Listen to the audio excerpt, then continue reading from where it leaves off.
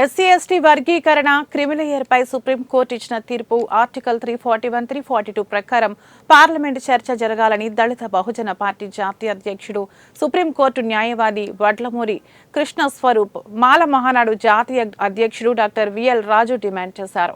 Supreme court ఇచ్చిన తీర్పు రాజ్యాంగ వ్యతిరేకమైనదని, ఎస్సీ ఎస్టీ రిజర్వేషన్లను వర్గీకరించమని సుప్రీంకోర్టు తన తీర్పులో అసలు ప్రకటించలేదని వారు స్పష్టం చేశారు. మాల మహానాడు ఆధ్వర్యంలో బషీర్బాగ్ ప్రెస్ క్లబ్ లో ఎస్సీ వర్గీకరణ క్రిమిలేయర్కు వ్యతిరేకంగా జరిగిన రాష్ట్ర స్థాయి సదస్సులో ఆయన పాల్గొన్నారు. రాష్ట్ర ప్రభుత్వం నియమించిన ఏకసభ్య కమిషన్ను తక్షణమే రద్దు చేయాలని వారు డిమాండ్ చేశారు. వర్గీకరణపై ఏఐసీసీ నేతలు ఎలాంటి నిర్ణయం తీసుకోకముందే సీఎం రేవంత్ రెడ్డి వర్గీకరణ కోసం ఏకసభ్య కమిషన్ను నియమించడం తీరుని ద్రోహమన్నారు. మా నాయకుడు వడ్లమూరి కృష్ణస్వరూప్ గారు సుప్రీంకోర్టు న్యాయవాది, మా మాలల పార్టీ అది. సో ఈ పార్టీకి మేము సపోర్ట్ చేస్తాం. మాకు మాలలకు కావాల్సింది రాజ్యాధికారం తప్ప ఏబిసిడీలు వద్దు. మాకు ఏబిసిడీలు అవసరం లేదు. ఇప్పుడు దీన్ని 100% దీన్ని వ్యతిరేకిస్తున్నాం.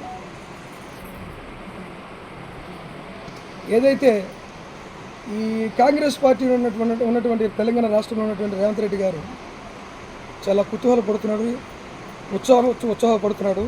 మాలను విడదీద్దాము, మరలా నేను మా కాంగ్రెస్ పార్టీయే. భారత రాజ్యాంగానికి వ్యతిరేకంగా